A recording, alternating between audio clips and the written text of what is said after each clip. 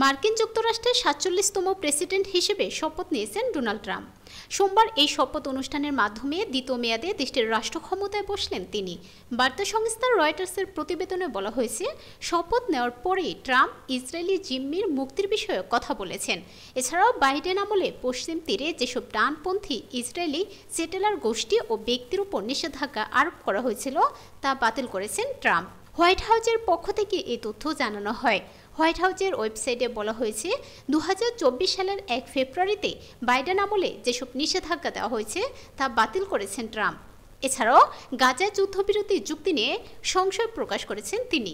যুদ্ধবিরতি চুক্তির সকল ধাপ বাস্তবায়ন হবে কিনা তা নিয়েও আশঙ্কা প্রকাশ করেছেন ট্রাম্প। ট্রাম্প গাজাকে ব্যাপক ধ্বংসাত্মক সাইট হিসেবে উল্লেখ করেছেন। সেই সঙ্গে গাজা বিভিন্নভাবে পুনর্গঠন করতে হবে জানান ট্রাম্প। এছাড়াও ইসরায়েলের ঘোর সমর্থক হিসেবে পরিচিত মার্কো রুবিও মার্কিন পররাষ্ট্রমন্ত্রী হিসেবে সিনেটে চূড়ান্ত অনুমোদন পেয়েছেন।